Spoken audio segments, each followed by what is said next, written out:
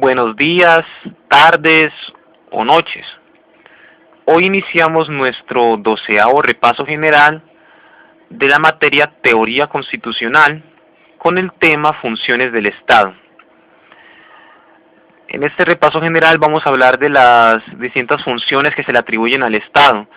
Entre estas funciones se caracterizan especialmente lo que son los tres poderes clásicos o esas tres actividades del Estado, del poder ejecutivo, legislativo y judicial. Y en breve también hablaremos de otras nuevas funciones que se le atribuyen al Estado. Vamos a empezar con lo que es el poder legislativo. Para hablar, antes que nada, para hablar de estos poderes, de estas funciones del Estado, debemos fijarnos en tres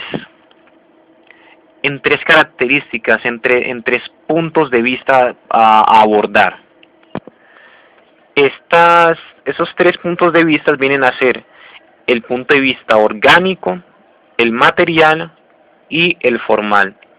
Cuando hablamos de un punto de vista orgánico, es que se dirige al órgano que cumple la función. Cuando hablamos de uno material, mira el fin que cumple la función. Y un punto de vista formal es la forma o procedimiento a través del cual se manifiesta dicha función. Ahora sí, empecemos a hablar de el poder legislativo, la función legislativa. Desde un punto de vista orgánico, esta es la de la función que cumple el Parlamento o Congreso, que tiene por característica que sus miembros son elegidos de forma democrática y buscan el bien popular. Desde un punto de vista material, busca crear, modificar y derogar las normas generales, las normas generales, impersonales y abstractas. Desde un punto de vista formal, se realiza a través del procedimiento legislativo, el cual vamos a mencionar cuál es. Tiene 5 pasos para realizarse, que serían: el primero, la iniciativa, que bien sea una iniciativa popular de los ciudadanos, una iniciativa legislativa por un miembro del Congreso, o una iniciativa especial por un miembro especial del Congreso. La segunda fase son los debates. Según el tipo de ley si estamos hablando de una ley ordinaria, los debates van de la siguiente forma: una comisión en la primera cámara, luego vamos a una segunda plenaria en la primera cámara, luego vamos a una tercera comisión en la segunda cámara y luego vamos a una cuarta plenaria en la segunda cámara.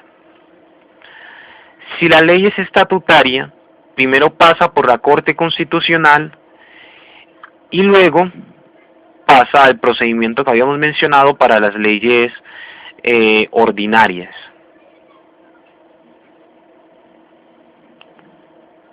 Luego de los debates pasamos a la fase de votación, que sería la tercera fase. Para esto se requiere un quórum o un número necesario de votantes y luego un mínimo de votos para que esta iniciativa, este proyecto de ley, sea aprobado.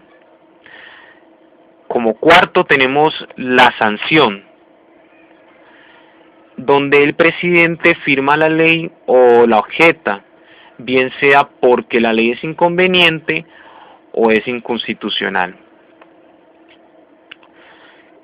La quinta y última fase de ese proceso legislativo es la publicación. Esta se publica en el diario oficial y desde ahí, después de un plazo determinado, entra en rigor. Normalmente es 2 meses después de haber sido publicada, a menos que en el mismo proyecto de ley, en la misma ley, diga después de qué periodo de tiempo entra en vigencia o en rigor este proyecto de ley. Ahora vamos a hablar del poder ejecutivo. Desde un punto de vista orgánico, es la función que ejerce el gobierno, en la cual tiene varias definiciones, cabe decirlo. Una definición amplia, que serían todos los órganos que ejercen los poderes públicos. Una definición restringida, que diría que es la rama ejecutiva como único órgano, y un estricto que dice que son los funcionarios que tienen la dirección política y administrativa, que tienen la dirección, la administración política y administrativa, como se da, por ejemplo, en un régimen presidencial, que sería el presidente y sus ministros, o en un régimen parlamentario, que sería el gabinete y el gabinete ministerial. En nuestro país, en nuestro caso concreto, esta parte de de qué órgano ejerce el poder ejecutivo, se menciona en el artículo 115 de nuestra Constitución. Desde un punto de vista material, dice que es llevar a cabo, ejecutar o ejecutar las reglas. Pero por esa evolución del Estado, el Ejecutivo, además de garantizar el bien común en labores administrativas, sí, eso es. Recapitulando, desde un punto de vista material, dice que es llevar a cabo y ejecutar las reglas, pero por la evolución del Estado, el Ejecutivo además garantiza el bien común en las labores administrativas, bien sea representando al Estado en lo internacional, protegiendo el orden público y la soberanía, recaudando impuestos para dirigirlo al gasto público, o haciendo planificación económica. Varias varias definiciones debido a la multiplicidad de sus funciones, dicen que la prestación de los servicios públicos, dicen que es, perdón, existen varias definiciones debido a la multiplicidad de las funciones que tiene el Estado. Dicen, por ejemplo, que hay una definición que dice que el poder ejecutivo y que el Estado es por la prestación de los servicios públicos.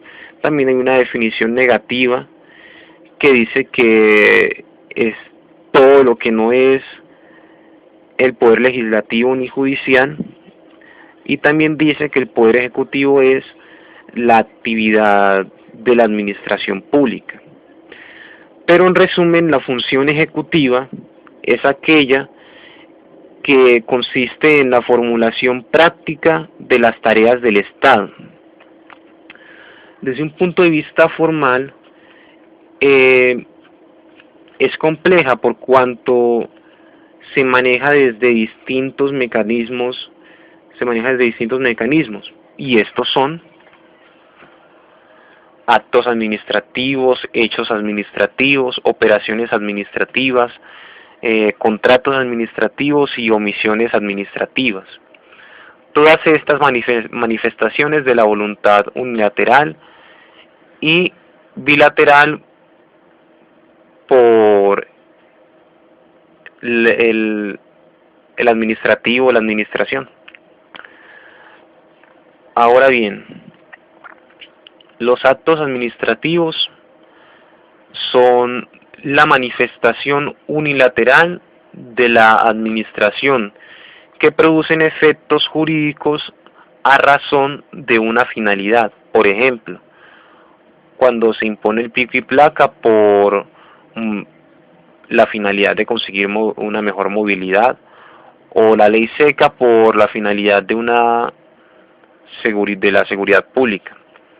Los contratos administrativos es el acuerdo bilateral entre la administración y los sujetos de derecho para producir efectos jurídicos, como por ejemplo que la administración y un particular realizan un contrato para hacer una obra pública. Los hechos administrativos son fenómenos o acontecimientos independientes de la voluntad de la administración, pero con efectos jurídicos para esta. Por ejemplo, un vínculo del municipio, digamos que un vehículo del municipio atropella a alguien.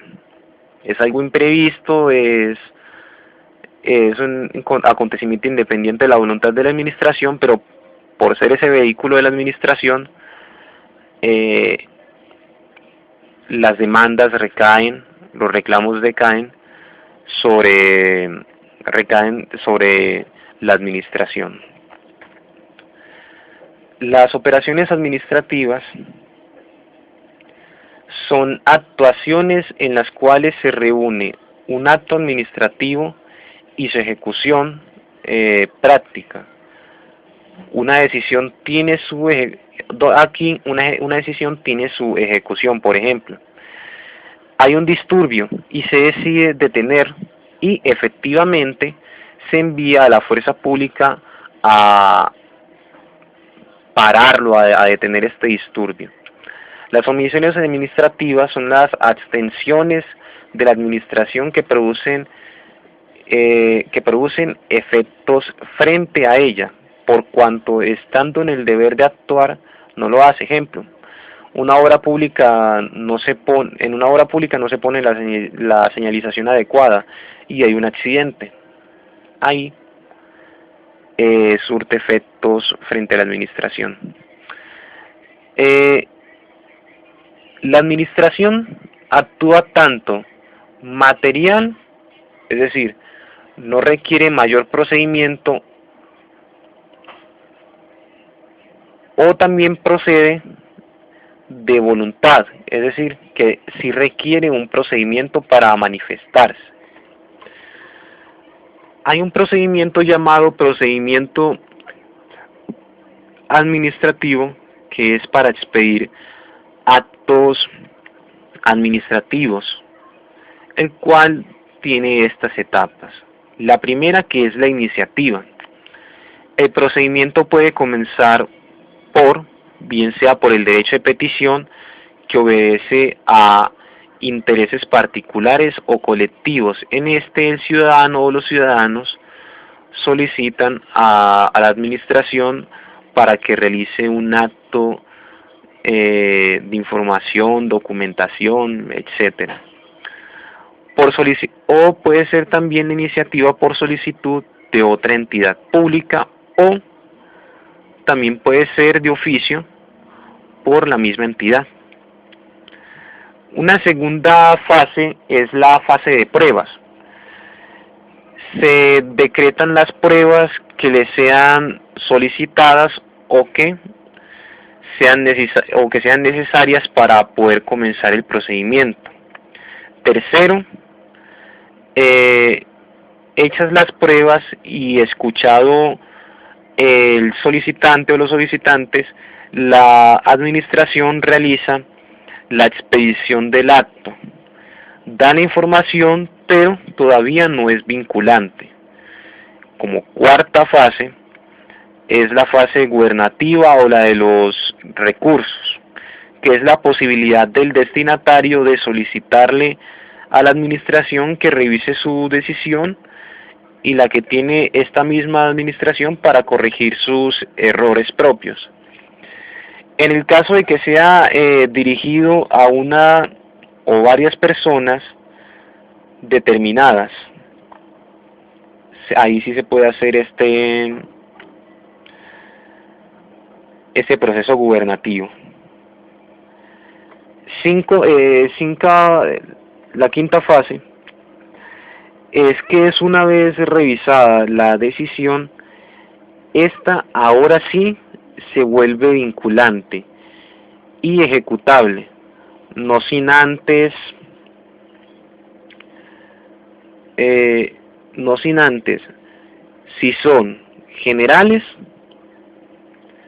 publicarlo en el diario oficial o el medio correspondiente, y si es particular, dirigida para un particular, comunicarlo personalmente al o los destinatarios.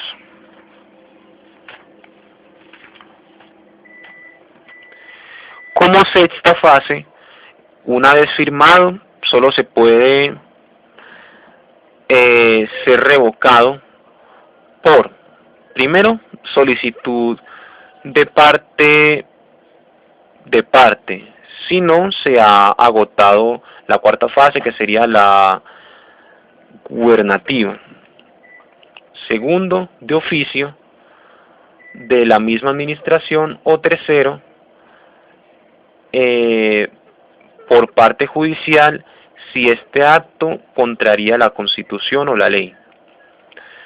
Hay que recordar que el procedimiento anterior, todas estas 6 fases, se aplica siempre que no haya un procedimiento especial. Es decir, normalmente, mientras no haya un procedimiento especial para cierto acto administrativo, esto es lo que se aplica.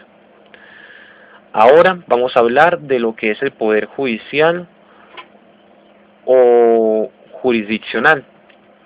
Desde un punto de vista orgánico, es la función de los jueces y magistrados. Es independiente y esta función de estos funcionarios es independiente. ¿Por cuánto? Estos solo están subordinados al imperio de la ley, mas no a otros poderes. Los jueces se eligen por concurso y los magistrados por cooptaciones. Es decir, entre ellos mismos se eligen.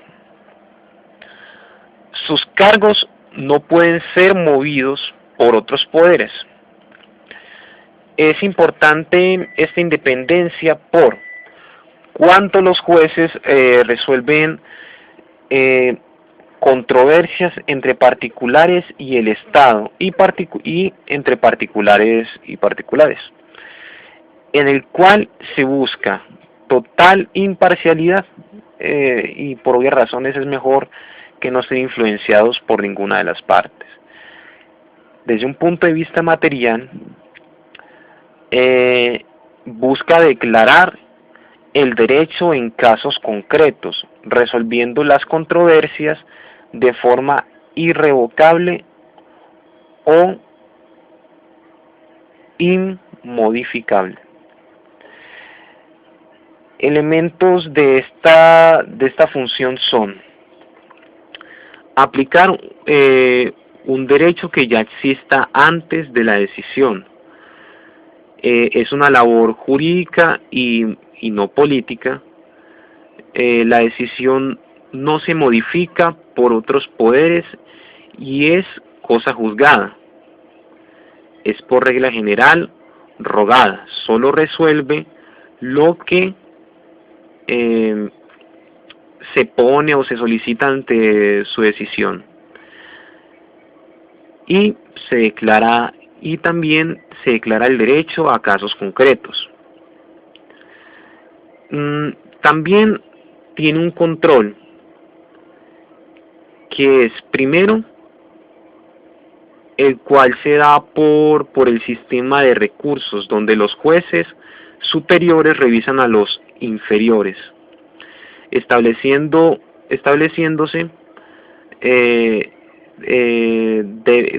estableciendo qué se debe interpretar y aplicar en las normas. Segundo forma de control es donde la comunidad en general y la comunidad académica está al pendiente de las decisiones judiciales para que sean racionales. Cabe decir, primero, que no es una actividad solo de que la actividad judicial no es solo una actividad de aplicar ley, como lo muestran el sistema del common law o continental europeo, pues en ambos de mayor o menor forma el juez interpreta y además hace jurisprudencia. Segundo, es una acción democrática por cuanto permite el acceso de las gentes al conocimiento de estas sentencias. Desde un punto de vista formal, esta función se manifiesta a través de un proceso judicial que culmina con la expedición de una sentencia. Existe una pluralidad de procesos civil, penal, entre otros más.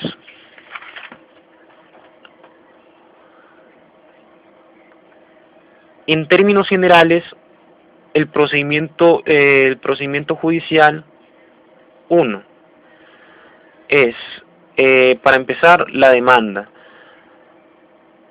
Se formula, en términos generales, el procedimiento judicial es de la siguiente forma. Primero, demanda. Se formula una pretensión, una petición que se le hace al juez. Una vez presentada el demandado, contesta la demanda oponiéndose a ella, planteando hechos nuevos que enervan esa pretensión. Segundo, se pasa a la fase de pruebas. Tercero, los alegatos. Y cuarto, se hace un balance de los argumentos del demandante frente a los nuevos hechos que presente el demandado. Y por último, pues, haciendo ese balance, se da sentencia. Ahora sí, ya terminando lo que son estas tres primeras funciones, cabe decir que no solo son esas tres, pues debido a la evolución del Estado, sus funciones no se dividen solo a las ya vistas, y por eso existen funciones como estas, como lo es la función de control o la función electoral. En cuanto es la función de control desde una visión orgánica, es la de los órganos de control. En nuestro caso, Ministerio Público, compuesto por Procurador General de la Nación, Defensor del Pueblo y las personas y todos sus respectivos agentes. También está la Contraloría General de la Nación. Desde un punto de vista material, busca inspeccionar y vigilar el ejercicio de las funciones públicas y el manejo de los recursos del Estado. Y desde un punto de vista formal, es a través de procedimientos administrativos especiales que culminan con un acto administrativo, el cual, claro está, es sensible de control judicial. Ahora, la función electoral, desde un punto de vista orgánico, es la de los órganos electorales. En nuestro caso, Consejo Nacional Electoral y la Registraduría Nacional del Estado Civil. Desde un punto de vista material, busca garantizar el ejercicio de los derechos políticos de los ciudadanos y la voluntad del electorado. Ello comprende dirigir, organizar y realizar las elecciones, disponer todos los recursos para las votaciones, garantizar la transparencia realizar el conteo de los votos, declarar los candidatos elegidos y expedir sus respectivas credenciales y ver que los partidos políticos cumplan con las normas de campaña. Desde un punto de vista formal, es a través de procesos administrativos especiales que, bueno, claro está, son susceptibles de control judicial. Bueno, además, para evitar concentración de poder, los poderes clásicos ejercen otras funciones en el Estado moderno, además de las que ya habíamos presentado. Por ejemplo, el poder legislativo tiene una función constituyente en cuanto reforma la Constitución, tiene una función administrativa en cuanto a la organización en cuanto a su organización interna. Tiene también una función judicial en cuanto a juzgar a altos funcionarios, una de control en cuanto es control político sobre el gobierno, pues puede citar a los ministros y a los jefes de consejos administrativos para rendir cuentas. El poder ejecutivo tiene una función legislativa en los casos de estado de excepción o cuando el Parlamento lo faculta para ello. También tiene una función de control al objetar las leyes, tiene una función judicial en cuanto a lo que es en la parte administrativa, que es en su presupuesto y al nombramiento de sus funcionarios de alto rango, y una función también legislativa al anular las leyes. También tiene una función constitucional al proteger su supremacía. Por último, Kensel, el tan afamado y mencionado Kensel, habla de la separación de poderes, pero para Kensel hay dos funciones esenciales, que es la de crear y ejecutar la ley. Y estas dos funciones son realizadas al mismo tiempo por cada uno de los poderes clásicos, unos más que otros, pero ninguno de forma exclusiva. Por eso para Kensel no se habla tanto de separación de poderes, sino más bien como de una repartición o división de estos poderes. Bueno, ya con eso terminamos nuestro repaso general número 12, uno de los más, por lo que veo, uno de los más largos que hemos tenido hasta la fecha. Muchas gracias por la atención, gracias por su paciencia. Hoy he tenido como la lengua algo trabada, pero bueno, gracias por la atención. Esperamos que los audios más adelante sean de mejor calidad y que tengan un feliz día.